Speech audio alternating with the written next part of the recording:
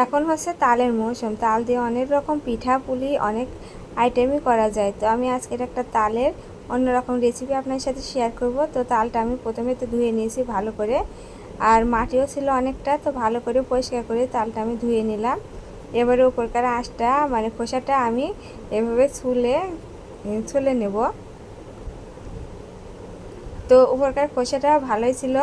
অনেক তালের খোসা কি হয় এভাবে খসাতে গেলে খসে না, আর আটকে থাকে, আর একটু সময় লাগে। যাই হোক, আমার তালের খোসাটা খুব তাড়াতাড়ি এভাবে ছুলে নেওয়া হয়ে গেল। আর এই যে নিচকার কালো যেটুকু আছে মাথার উপরে আছে সব কিছুই আমি পরিষ্কার করে নিচ্ছি।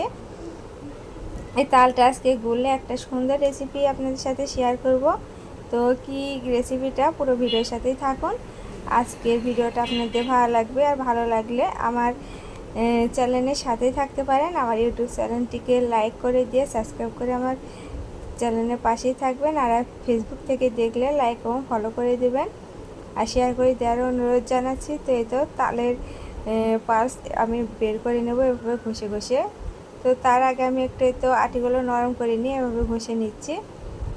তো এবার একটু চিপে নেব, উপরে ভেতরে আঁশ থাকতে পারে, সেজন্য একটু চিপে আমি রস বের করে নিলাম। এই তো এতটুকু পরিমাণে রস প্রায় হয়েছে।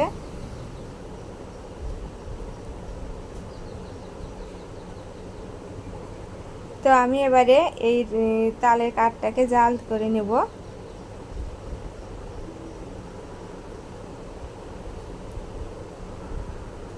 তো আমার ঘরে আর একটু তালের কাঠ ছিল ফ্রিজে, সেটা আমি বের করে নিয়েছি। নিয়েই তো সব একবারে দিয়ে দিলাম জাল করার জন্য।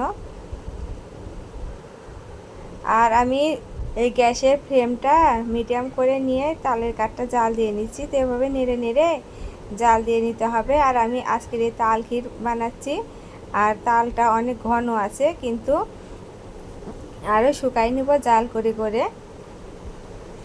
তো ফুটে উঠেছে। এভাবে চুলার হিটটা একদম লো করে দিয়ে আমি তালটাকে জাল দিয়ে নিচ্ছি। আর হাই হিটে দিলে কী হয়, তালটা নিচের থেকে লেগে যেতে পারে। এবারে আমি দিয়ে দিলাম চিনি 1 কাপের মতো। চিনি আর দুধ দিলে অনেকটাই পাতলা হয়ে যাবে, সেজন্য আমি বেশ কিছুক্ষণ এভাবে নেড়ে নেড়ে তালটাকে জাল দিয়ে নিচ্ছি। আর এই দুধটা কিন্তু জাল দিয়ে দিয়ে অনেকটা ঘন ছিল, তো আপনারা শুকনা গুঁড়ো দুধ সেটা ব্যবহার করতে পারেন, তাহলে টেস্টটা আরও ভালো আসবে।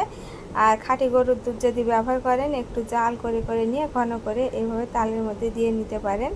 তো আমি এতে নেড়ে চেড়ে তালটা শুকিয়ে নিয়েছি, অনেকক্ষণ এভাবে রান্না করে নিলাম।